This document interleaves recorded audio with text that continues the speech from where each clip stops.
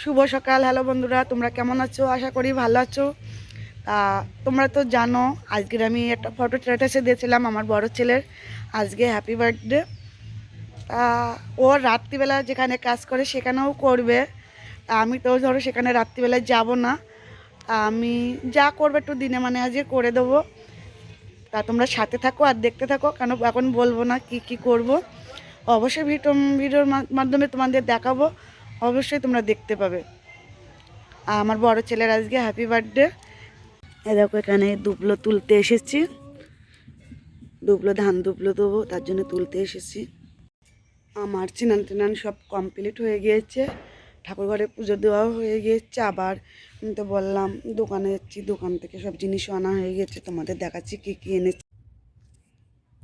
এখানে গোবিন্দভোগের চাল আছে, এখানে চিনি, এখানে দুধ, এখানে বাদাম কিশমিশ ভেজানো আছে, আর তেজপাতাতে সবই জোগাড় করা হয়েছে।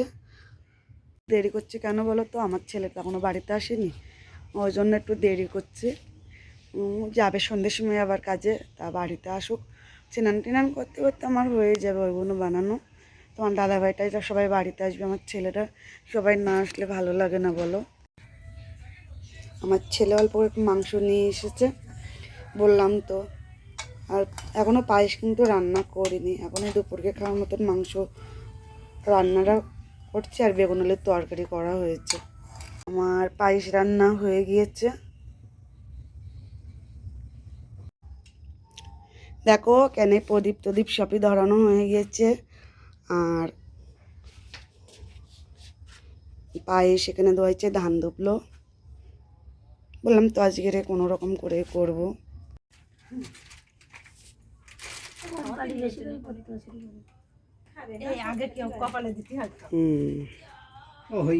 বিয়ের সময় ভালো করে করে না, এখন তো তাড়াতাড়ি মাংস।